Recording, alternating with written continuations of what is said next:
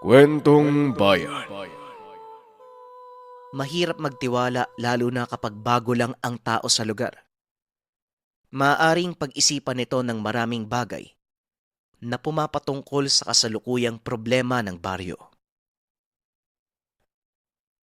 Ang kwentong ito ay hango sa totoong buhay. Mula ito sa isa nating kabayan na itago na lang natin sa pangalang Agaton. Taong 1997, Aklan. Isang umaga sa baryo ni Agaton. 13 gulang. May dayong dumating na nagmula sa lumang tulay papunta sa kanlurang bahagi ng baryo. Marami itong naglakad papalapit sa tindahan ni Aling Aida. Magandang araw po sa inyo. Ang pangalan ko po pala ay Gabriel. Kakarating ko lang galing sa bayan. Magtatanong lang ho sana ako. Meron po bang pinapaupahang bahay dito? Wala na po yung kaibigan ko dito eh. Gusto ko sanang tumira sa lugar nyo kahit ilang buwan lang. Wala na akong ibang matutuluyan eh. Wika ng dayong si Gabriel. Tinitigan ito ni Agaton mula ulo hanggang paa. Kakaiba ang kasuotan ng dayo at may punto ang Tagalog. Magandang araw naman sa iyo, Ginoo. Ay, ganun ba? Sakto ang natanungan mo. Narito yung anak ng may paupahan. Diyan lang sa may looban, no? Ay, teka. Agaton, narinig mo ba yung sinabi ng lalaki? Naghahanap daw siya ng mauupahan. Pakisamahan mo naman sa tatay mo, ano? Sa pagkakaalam ko, bakante yung katabi niyong bahay. Maigi pang isama mo siya. Sige na. Utos ni Aling Aida kay Agaton. Sandali lang po, Aling Aida. May itatanong lang po ako sa kanya, no? Mahirap na po eh. Baka kasamahan niya yung mga aswang na sinasabi ni tatay. Dumadayo daw po yun sa mga baryo eh. Manong, saan po ba kayo galing? Bakit dito po yung napili nyo? At saka teka, ano po yung laman ng bag nyo? Ang laki po niya na. Kung may balak po kayo masama sa amin, mag-isip po kayo. May baril po ang tatay ko. Tugon ni Agaton. Dahil bata malikot ang imahinasyon nito at ugali na ipagmayabang na may baril ang ama. Ngunit hindi naman nagsisinungaling ang bata na may aswang na gumagala sa lugar. Isang buwan ang nakalipas nang mapabalita ang ilang insidente ng pagpapakita ng aswang sa iilang residente sa Karatig Barangay. Ngunit biglang sumabat si Aling Aida. Hoy Agaton, ayan ka na naman sa pananakot mo. Naku, lagot ka talaga kapag nalaman ng tatay mo yung ginagawa mo sa mga dayo dito. Sige na, samahan mo na yan. Wika ni Aling Aida. Hindi po, ayos lang. Bata pa kasi kaya malikot ang imahinasyon. Toy, huwag kang mag-alala. Hindi ako aswang. Tiniti ako sa iyo ang bagay na yan. Wika ni Gabriel sabay kain ng dalang mani. Pinapakita niya pa ang sandamakmak na bawang at sinusubo sa bibig. O nakita mo na, Agaton, may aswang bang kumakain ng napakaraming bawang? Sige nga, ang mabuti pa. Umalis na kayo. Samahan mo na itong si Daniel sa tatay mo. Wika ni Aling Aida. Aling Laida, Gabriel po ang pangalan niya, hindi Daniel. Ang layo naman po ng itsura ni Mang Daniel dito kay Kuya Gabriel. Wika ng bata habang papalayo. Sinisenyasan si Gabriel na sumunod sa kanya. Habang naglalakad ang dalawa, nagtanong si Gabriel patungkol sa sinasabing aswang ni Agaton. Bata, ano ba yung tungkol sa aswang na sinasabi mo? Meron na ba kayong nakita dito? Ilan ba sila? Anong itsura? At isa pa, kailan ba nagsimulang manalasa ang mga aswang sa baryo nyo? Tanong ni Gabriel. Wala pa naman po, pero ang sabi ni tatay kasi, May nabiktimang mag-asawa sa kabilang barangay habang nasa daan.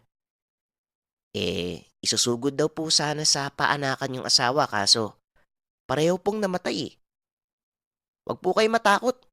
Matapang po si tatay. Siguradong matatakot sa kanyang mga aswang. Pero iniiwasan ng mga taga rito yung dulong parte ng baryo ayon sa mga matatandang nagsasaka. Sa bandang doon daw po eh. May kakaibang uri ng aso na madalas silang nakikita na naglalakad. Tuwing dapit hapon po yun. Sa oras na makita yung aso, matapos po nun may mga nawawalang manok, baboy. Dito po yun sa baryo namin ha. Ayon sa mga may-ari, may nakita po silang nakakatakot na anino na dumadaan sa bakuran nila. Ni wala nga pong ingay. Maging yung mga nawawalang alaga, wala naman daw pong naglalakas ng loob na lumabas para hulihin. Natatakot sila na makakita ng aswang. Yung isa naman pong lugar na iniiwasan tuwing gabi, yun yung dinadaanan nyo pong tulay. Mas nakakatakot po dun. Hindi hayop ang binibiktima ng manananggal, kung hindi mga inosenteng tao. Mga walang malay na bata na gusto maglibang at mamasyal lang po. Pagpapaliwanag ni Agaton. Nakuha ang atensyon ni Gabriel sa mga huling salitang binitawan ni Agaton. Tila naranasan ng bata na makita ang manananggal sa tulay. Kahit ganun pa man, hindi na nagtanong pa ang bata. Ayaw niyang mas lalo itong matakot. Ganun ba? Mabuti naman marunong makipaglaban ng tatay mo sa aswang. Bata, kaya pala matapang ka, no? Wika ni Gabriel. Hindi pa po nakakakita ng aswang si tatay. Saka, alahero po ang tatay ko pero may baril siya. Kaya alam kong kaya niyang labanan ng mga aswang. Maraming nalaman si Gabriel patungkol sa tatay ng bata. Ngunit batay na rin sa sinabi nito. Walang karanasan sa pakikipaglaban ang ama. Baril lang ang maipagmamalaki nito. Nang marating nila ang bahay ni Agaton, naroon ang ina, habang ang ama naman ay nasa balkonahe at may kinukumpuning gamit sa tahanan. Tay, si Kuya Gabriel po. Naghahanap daw po ng mauupahan. Pinasamahan po sa akin ni Aling Aida. Huwag po kayo mag-alala. Ayos naman po siya eh. Nasabihan ko na din po na may baril kayo. Natakot nga po yan eh. Wika ni Agaton. Napangiti naman si Gabriel sa sinabi ng bata. Magandang araw po sa inyo. Ako po pala si Gabriel. Kakarating ko lang po sa baryo. Kaso wala na po yung kaibigan ko dito eh. Wala na po akong matutuluyan kaya sana nagbabaka sakali akong makaupa muna ng matutuluyan. Kahit po isang buwan lang. Huwag ko kayo mag-alala. May pangbayad naman po ako eh. Tugon ni Gabriel. Ganun ba? Sakto ang dating mo. Bakante yung bahay na nadaanan nyo ni Agaton. Kakalis lang ng pamilyang nakatira dyan nung nakaraang araw. Hindi ka naman pugante ano? Ayoko ng sakit ng ulo. Sobra na nga ang dulot ng abala sa mga aswang. Ayaw na naming madagdagan ng problema. Wika ni Tatay Doming. Napakamot naman sa batok si Gabriel. Sa isip niya walang dudang tatay nga ito ni Agaton. May pinagmanahan ang pagiging sigurista. Oho, wag po kayong mag-alala. Sisikapin kong wag maging sakit ng ulo nyo. Isa po akong panday. Kung meron po kayong mga ipapahasang kagamitan, mura lang naman po ako maningil. Tugon ni Gabriel. Natuwa naman si Tatay Doming sa narinig. Napakarami niyang kutsilyo at itak na kinakalawang na dahil sa kapurulan at hindi na nagagamit. Nagkasundo ang dalawa sa presyo. Kagad namang binayaran ni Gabriel ang pang-isang buwang upa. Matapos noon sinamahan siya ni Tatay Doming at Agaton sa titirahan. 10 metro lang ang distansya sa bahay ng alehero. Simpleng tahanan lang na may isang kwarto at maliit na bakuran. Nang maiabot ni Tatay Doming ang susi ng bahay, iniwan na nito si Gabriel kasama si Agaton. Tinamaan ng kuryosidad ang bata at nais makita ang laman ng bag ni Gabriel. Kuya, di ba ho panday kayo? Marami na ba kayong nagawang patalim? Magpapanday po ba kayo sa lugar namin?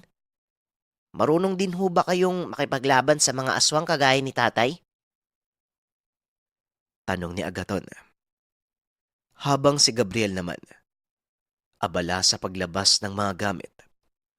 Nakita ni Agaton ang isang uri ng sandata na ngayon niya lamang nakita. Tinitigan niya itong mabuti at halos idikit pa ang muka sa sandata. Ano pong tawag dyan, Manong? Ang ganda po. Saka ngayon lang ako nakakita ng ganyang itak. Saan niyo po ba yung ginagamit? Tanong ni Agaton. Hindi itak ang tawag dito. Isa tong kalis. Bigay sa akin ng isang kaibigan.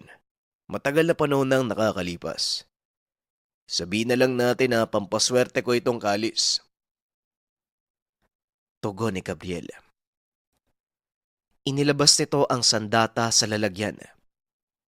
Nakita ni Agaton ang walang singkinang at singkinis na sandata. May mga nakaukit na baybayin, kaya hindi ito nabasa ni Agaton. Hanggang sa matabig ng bata ang ilang kagamitan ni Gabriel. Lumabas ang itim na libreta. Sa sobrang liit, kasya lang ito sa isang palad. Bago pa man ito mapulot ni Agaton, mabilis na itong nakuha ni Gabriel. Maya-maya pa narinig na ng bata ang ina na pinapauwi na siya. Pagsapit ng dilim, walang ginawa si Agaton kung hindi ang tumingin sa bintana, nakatitig sa bagong kapitbahay. Labis siyang namamangha sa mga kagamitan nito at nais na muling bumalik doon para makausap si Gabriel. Subalit na pagsabihan na ito ng ina na hayaang magpahinga si Gabriel at bukas na lamang gambalain. Isasara na sana ni Agaton ang bintana. Nakakita ito ng figura na nakatitig sa kanya. Nakatayo lang. Pilit namang sinipat ni Agaton kung anuman ang nilalang na naroon. Nang makita na naglakad ito papunta sa bahay ni Gabriel, inakala niya na nagpapahangin lang kaya hinayaan na ito ng bata. Kinabukasan maagang nabulabog ang tahanan ni Agaton. Dapat nakakandado ang mga pintuan bago matulog. Nabalitaan ko sa labas kanina. Nandito na sa ating baryo yung aswang. Kagabi lang, nabiktima ang mga alaga ni Fredo. Naubos sa mga manok sa likod bahay. Ang nakakabahala, wala silang narinig na ingay ng mga manok. Kaya ikaw, Agaton, iwasan mo ang paggala sa gabi. Kung ayaw mong ikaw ang sunod na maging hapunan ng aswang. Wika ng tatay. Dahil sa narinig, muling pinagdudahan ni Agaton si Gabriel. Sigurado ang bata na may nakita siyang tao kagabi, papunta sa bahay ng estranghero na nangungupahan sa kanila. Hinala niya, may kinalaman sa mga nangyari sa manok si Gabriel. Ngunit sa pagkakataong iyon hindi niya ito kukumprontahin. Naisip niyang manmanan si Gabriel at hulihin sa akto habang ginagawa ang pangaaswang. Sigurado ako, mambibiktima na naman yung aswang mamayang gabi. Wika ni Agaton sa sarili. Naniniwala ang bata na aswang si Gabriel. Kaya nang lumabas ito kaagad na sumunod si Agaton.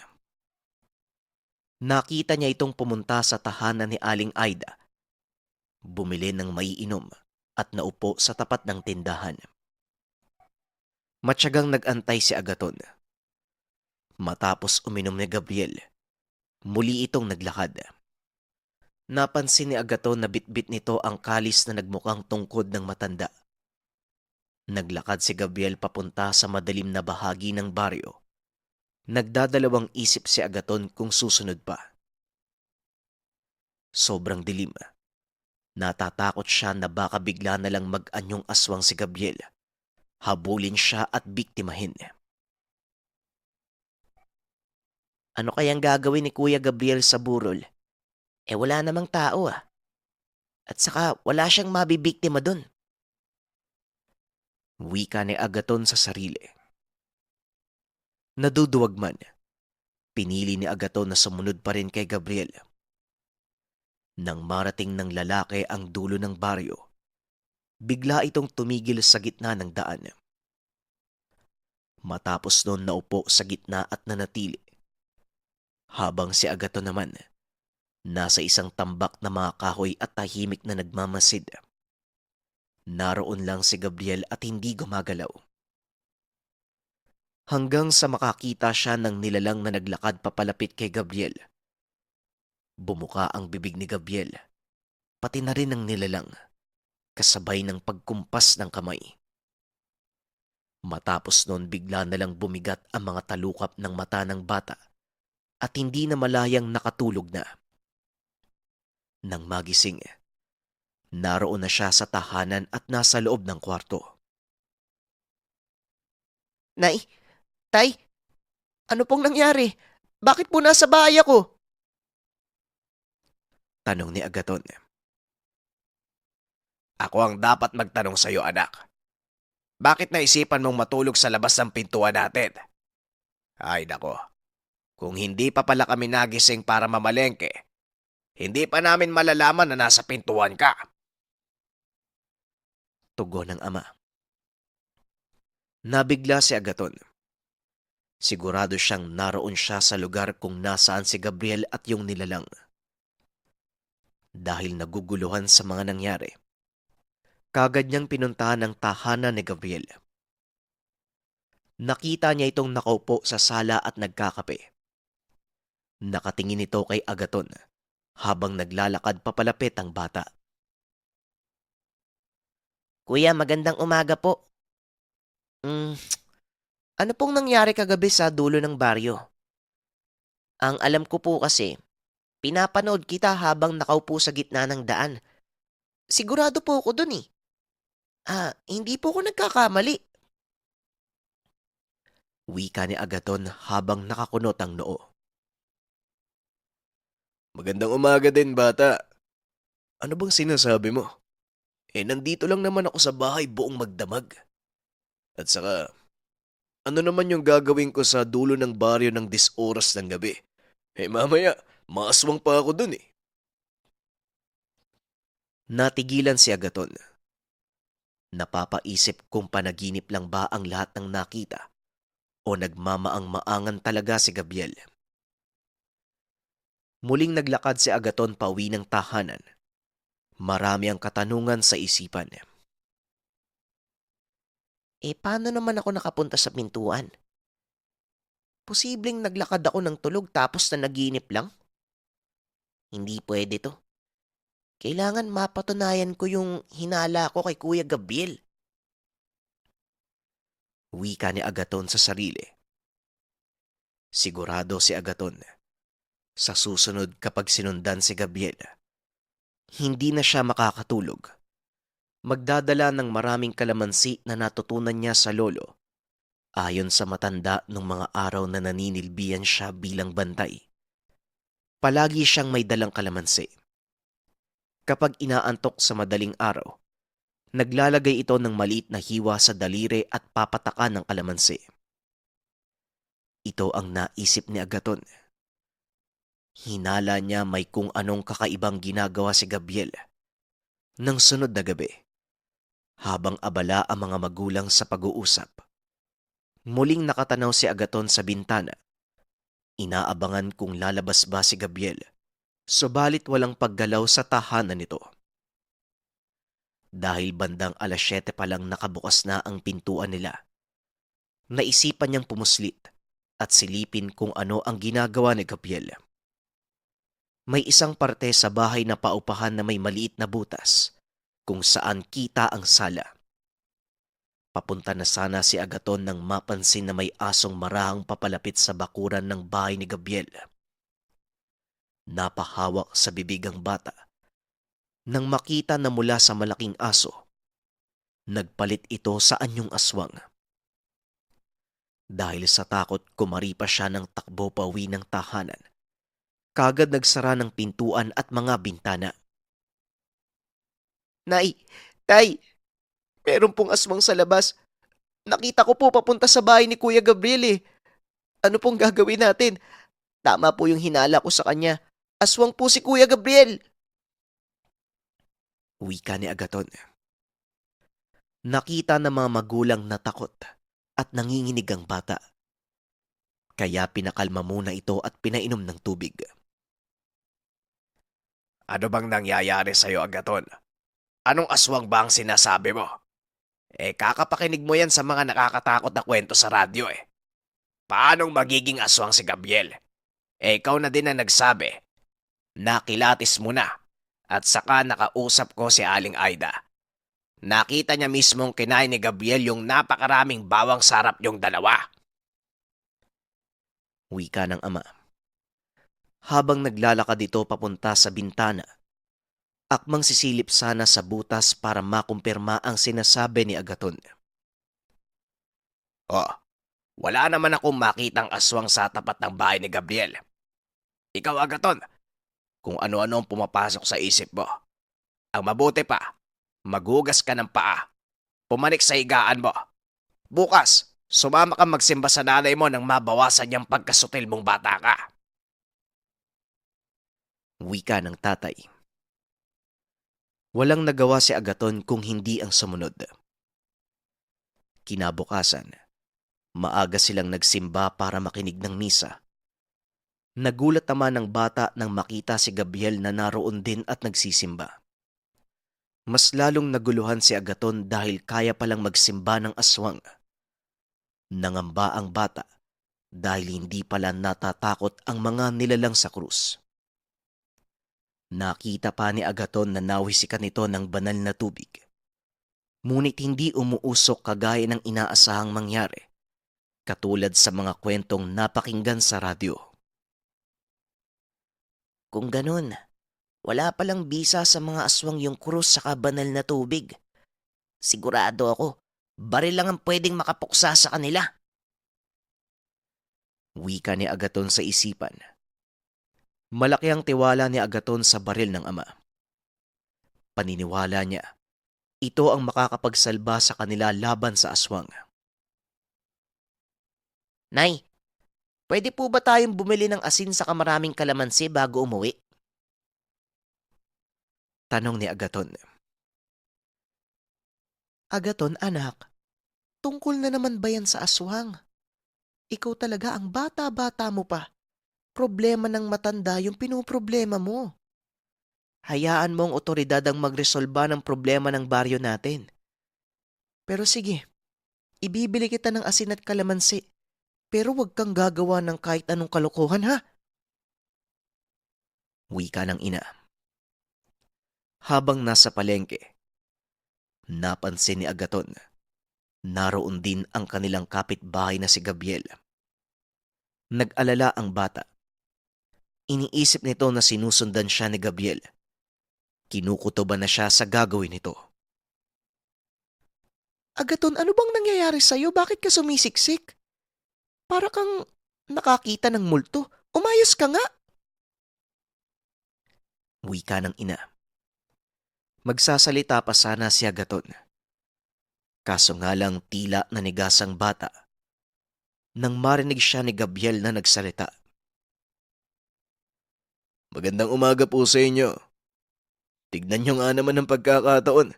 Namimili rin ho pala kayo? Wika ni Gabriel. Hindi nakapagsalita si Agaton at nakayuko lang. Hindi nagtagal umalis na din si Gabriel. Niyaya na rin siyang umuwi ng ina. Bandang hapon naganda si Agaton. Malakas ang kutob niyang may gagawin muli si Gabriel na hindi maganda mamayang gabi. Nang makita ni Agaton na abala ang ama sa bibisita na may pinapagawang alahas, dahan-dahan itong pumunta sa kwarto. Kinuha ang baril na nasa tokador. Nilagay niya ito sa bag. inilagay sa likuran ng bahay kasama ng asin at kalamansi.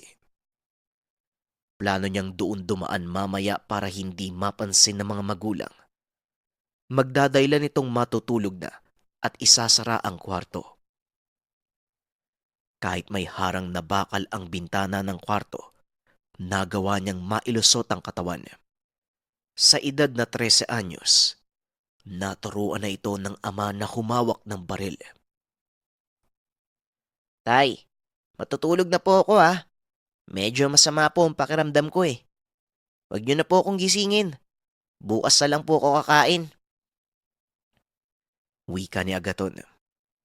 Nagpapanggap pa itong umuubo para maging makatotohanan ang pagpapanggap.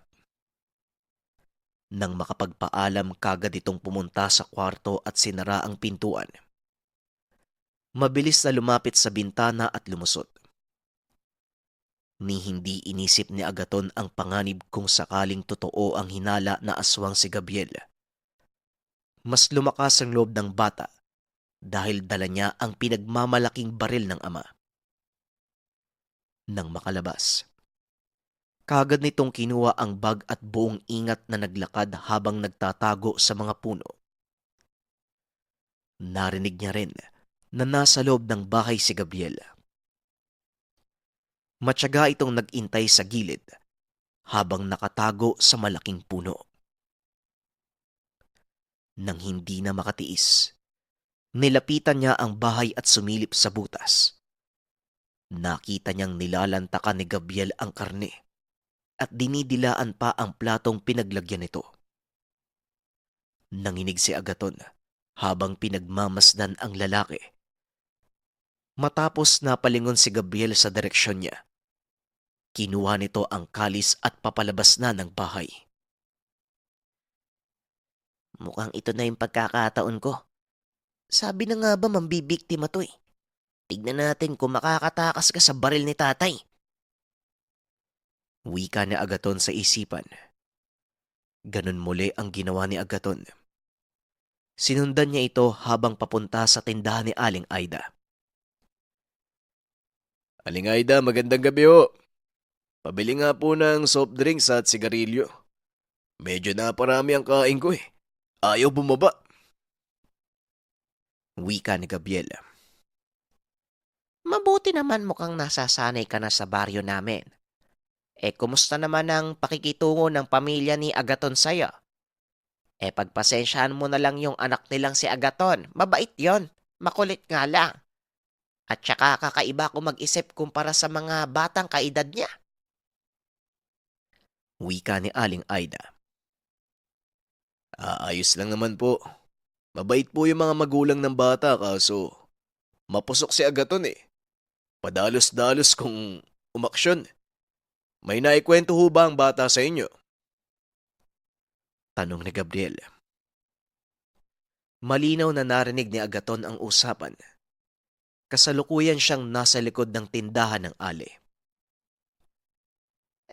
Normal naman niyang si Agaton. Napaka-bibo pa nga at masiyahin. Pero nung isang araw 3 taon na ang nakakalipas, oo. Namatay ang matalik niyang kaibigan na si Isabel. Ayon sa bata, pauwi na sila galing eskwela kaso naisipan nilang mamitas ng santol sa daan. Inabot sila ng dapit hapon sa pamimitas. Hindi nila namalayang gabi na pala. Ayon sa kwento ni Agaton, habang naglalakad may nakasalubong silang matandang babae. Binati pa nga sila. Nagtanong kung pwedeng makahingi ng santol. Matapos silang mabigyan, umalis din naman kaagad. Pero nang makalagpas sila sa tulay, yung dinaanan mo papasok dito, bigla na lang dinagit ng taong ibon yung kaibigan niya. Hindi na nakita pa yung bata. Kaya simula nun, hirap nang magtiwala sa mga taong napapadaan dito sa baryo si Agaton. Palagi niyang sinasabi walang nabiktima. Gusto niyang kalimutan yung nangyari sa kaibigan niya. Lahat ng bagong muka, iniisip niyang aswang, kaya siya naging ganyan kakulit. Simula nang mangyari yon, hindi na yan nakipagkaibigan kahit kanino. Natakot na yatang maulit yung nangyari kay Isabel. Pagpapaliwanag ng tindera. Natahimik si Gabriel sa nalaman, maging si Agaton naluluha pa, habang naaalala ang mga nangyari sa kanya 3 taon na ang nakalipas. Kaso ayon kay Agaton, hindi na ikwento ni Aling Aida na ito na ang nag-iisa niyang apo. Kaya ganun na lamang ang pagmamahal niya kay Agaton. Tuwing nakikita ang bata, naaalala niya ang apong si Isabel. Nang matapos si Gabriel, nagpasalamat na ito sa matanda at nagpaalam na aalis na. Muling bumalik sa ulirat si Agaton. Nakitang palabas na ng baryo si Gabriel. Hindi ito papunta sa dulong bahagi ng baryo kagaya ng inaasahan ni Agaton.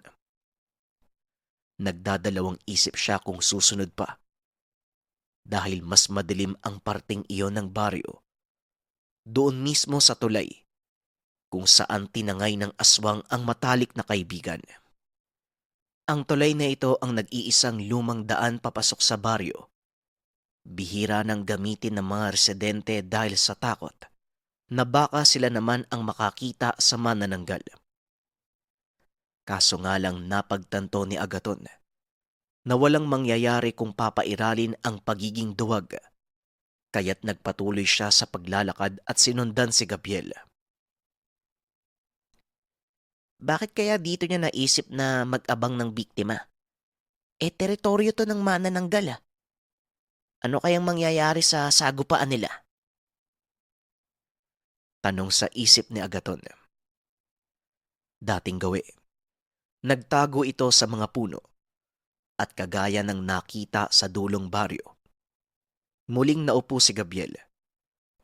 Sa pagkakataong ito sa gitna naman ng tulay na kahoy. Ilang minutong nakalipas, nakaramdam muli siya ng antok. Mabilis niyang kinuha ang kalamansi. Patay. Nakalimutan kong magdala ng kutsilyo. Paano ko hihiwain yung daliri ko? Wika ni Agaton.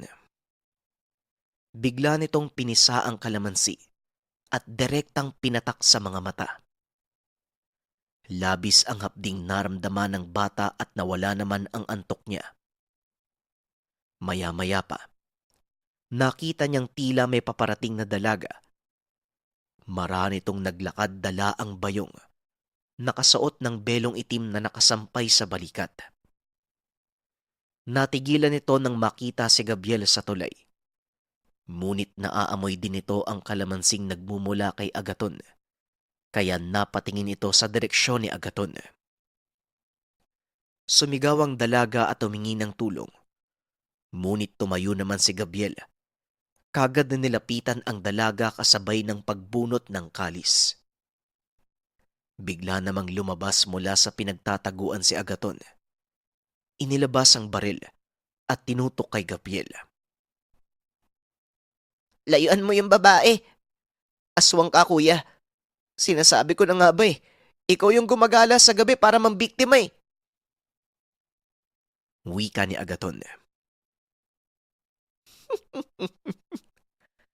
Buti na lang nandito ka. Tama ka. Siya nga yun nang bibiktima dito. Kamuntikan niya akong mabiktima. Ano pang inaantay mo? Iputok mo yung baril bago pa tayo patayin ng aswang. Wika ng babae. Sa puntong iyon puno ng emosyon si Agaton. Walang pagdadalawang isip na kinalabit ang gatilyo. Bumagsak sa lupa ang lalaki. Sabi ko na nga ba eh. Walang laban ng mga aswang dito sa baril ni tatay. Ano kayang masasabi nila ngayon? Nahuli ko na yung aswang. Tatawagin na sana niya ang dalaga para tanungin kung ayos lang. Nagulat si Agaton. Iba na ang itsura nito. Kumapal ang mga kilay. Marahang papalapit kay Agaton. Teka, aswang ka din? Ano bang nangyayari? Bakit ayaw pumutok ng baril ko? Wika ni Agaton. Kahit anong pagkalabit sa baril, hindi ito gumagana. Walang balang lumalabas kahit alam niyang kargado ito.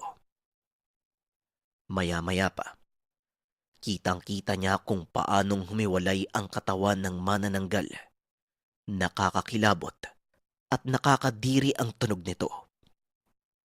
Ito ang kaparehong manananggal na dumagit sa kaibigan. Huwag mo nang subukang paganahin ang baril mo.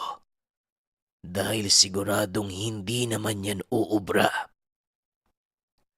Wika ng manananggal. Hindi na malaman ni Agaton ang gagawin dahil sa takot na nigas na ang katawan niya at hindi na nagawang tumakbo. Narinig din niya ang pagpunit ng balat ng manananggal, ang paglagotok ng mga buto, hanggang sa nakumpleto na ang pagpapalit ng anyo. Bigla nitong ibinaling ang atensyon kay Agaton na halos maihina sa sobrang takot. Sandali lang. Huwag kang lalapit sa akin. Lumayo kang aswang ka. Tatay, tulungan niyo po ako! Wika ni Agaton. Ilang metro na lang ang distansya ng manananggal. Bigla itong umangil ng napakalakas. Oh, Tutoy, ayos ka lang ba? Nasa na yung tapang mo kanina? Nabag yung buntot mo, no? Akala ko ba papatay ka ng aswang? Ayan oh, nasa harapan mo na!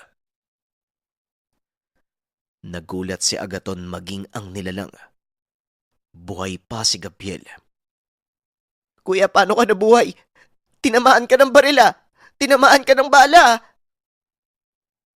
Wika ni Agaton. Hoy, nilalang, hindi mo ba nararamdaman? Malakas na uri ang tangan ko. Pinatungan ko lang ng sabulag. Walang bisa kahit ano ang gawin niyo sa akin. Mabuti na lang, tinulungan mo akong makumbinse tong bata na to na hindi ako aswang. Agaton, pagmasdan mo kung paano pumatay ng aswang. Wika ni Gabriel. Inalabas na nito sa lalagyan ang armas sabay sugod sa manananggal. Mabilisan nitong napatamaan ang muka ng aswang. Ngunit kahit malubha ang tama, nakalipad pa rin ito papalayo. Nang mga oras na yun, gising na ang diwa ni Agaton at malinaw na ang pag-iisip. Narinig niyang tumatawa ang nilalang habang nagtatago sa mga puno. Bigla nitong naalala ang dalang asin. Kagad niyang pinuntahan ng kalahating katawan ng manananggal. Ibinuhos ang lahat ng dalang asin. Umangil ng napakalakas ang nilalang. Halatang nahihirapan ang manananggal sa ginawa ni Agaton. Pabalik na sana ito sa katawan niya, subalit hindi niya magawang pagdikitin ang kalahating parte. Tuliro ang manananggal. Hindi malaman ang gagawin. Subalit bigla na lang tumagos ang talim ng kalis ni Gabriel sa bunganga ng nilalang. Ilang segundo lang. Unti-unti na itong nawalan ng hininga at tuluyang namatay. Doon lang nakahinga ng maluwag si Agaton. Sa wakas, Sabel, kaibigan ko, naipaghiganti na rin kita. Wika ni Agaton. Mahusay yung ginawa mo, bata ah. Yung imahinasyon mo. Grabe ka mag-isip. Akalain mo, pati ako naisahan mo. Ang buong akala ko, nakatulog ka na sa damuhan kanina dahil sa ginawa ko eh. Paano mo nalabanan yung orasyon ko? Tanong ni Gabriel. Simple lang po. Piniga ko po yung kalamansi sa mismong mata ko para po mahapdi. Kaso hanggang ngayon po mahapdi pa rin eh. Kuya Gabriel, kung hindi po kayo aswang, ano po ba kayo? At saka bakit parang palagi kayong tumatambay sa mga madidilim na lugar? Tanong ni Agaton. Nakakatawa kang bata ka. Sino ba namang mag-iisip na ipatak yung kalamansi sa mata? Ang sakit nun ha? Bueno, total alam mo na ang sekreto ko. Hayaan mong magpakilala uli ako sa'yo. Ang pangalan ko ay Gabriel, isa sa 3 berdugo ng kanluran. Dito ako pinadala para patayin ang ilang aswang na gumagambala sa inyo. Nakatanggap kami ng balita mula sa isang residente sa mga kaganapan dito sa lugar. Sino ba namang mag-aakalang babarlin ako ng bata? Kung wala akong tangan, malamang patay na ako. Wika ni Gabriel. Kung ganun kuya, totoo po yung mga nakita ko sa dulo ng baryo. Yung may karap kang aswang. Kaso bigla naman po ako nakatulog eh. Pagkagising ko, nasa bahay na ako. Akala ko nga naglalakad ako ng tulog eh. Wika ni Agaton. Pasensya ka na bata. Kailangan kong gawin yun para mapanatiling lihim sana ang gagawin ko. Pati na rin yung tungkol sa pagkatao ko. Mahirap gumalaw kapag nasa iyo ang lahat ng mata ng mga taga dito. Isa lang hiling ko sa iyo bata. Sana, panatiliin mong lihim ang lahat ng nangyari. Walang dapat na makaalam ng totoong pagkatao ko. Doon nakasalalay ang tagumpay ng misyon ko sa baryo nyo. Makakaasa ba ako? Tanong ni Gabriel. Aba opo naman kuya. Ligtas sa akin ang sekreto mo basta ipangako po ninyo, pupuksain nyo yung lahat ng aswang dito sa baryo. Pero maiba po ako kuya Gabriel. Nung isang araw po may nakita akong aswang na pumunta sa bahay nyo. Nung una umaaligid lang eh. Nakatago sa mga puno. Pagkatapos nung isang gabi, nakita ko yung aso na marahang naglalakad pagkatapos biglang nagbago ng anyo. Naging nakakatakot na aswang. Akala ko po kayo yun eh. Dumiretso lang sa bahay nyo eh. Wika ni Agaton. Ayon ba? Hindi ka dapat mabahala doon. Katulad ng tao ang mga aswang. May mga masasama at meron ding mabuti.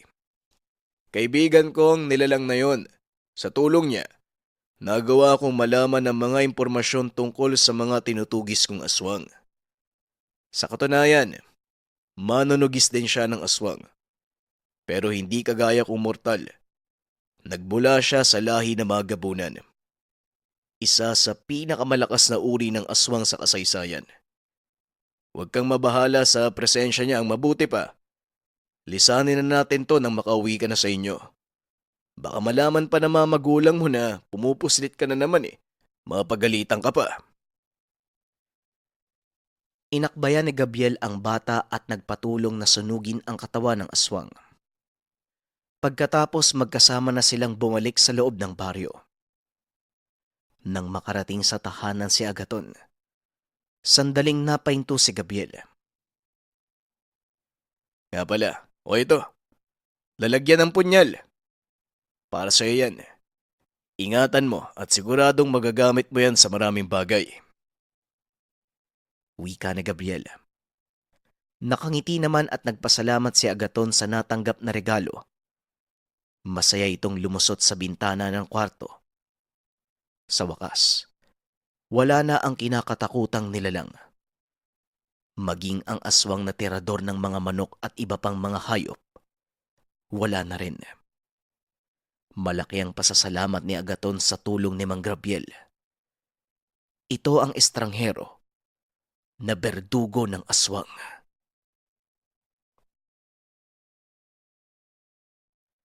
Kwentong Bayan.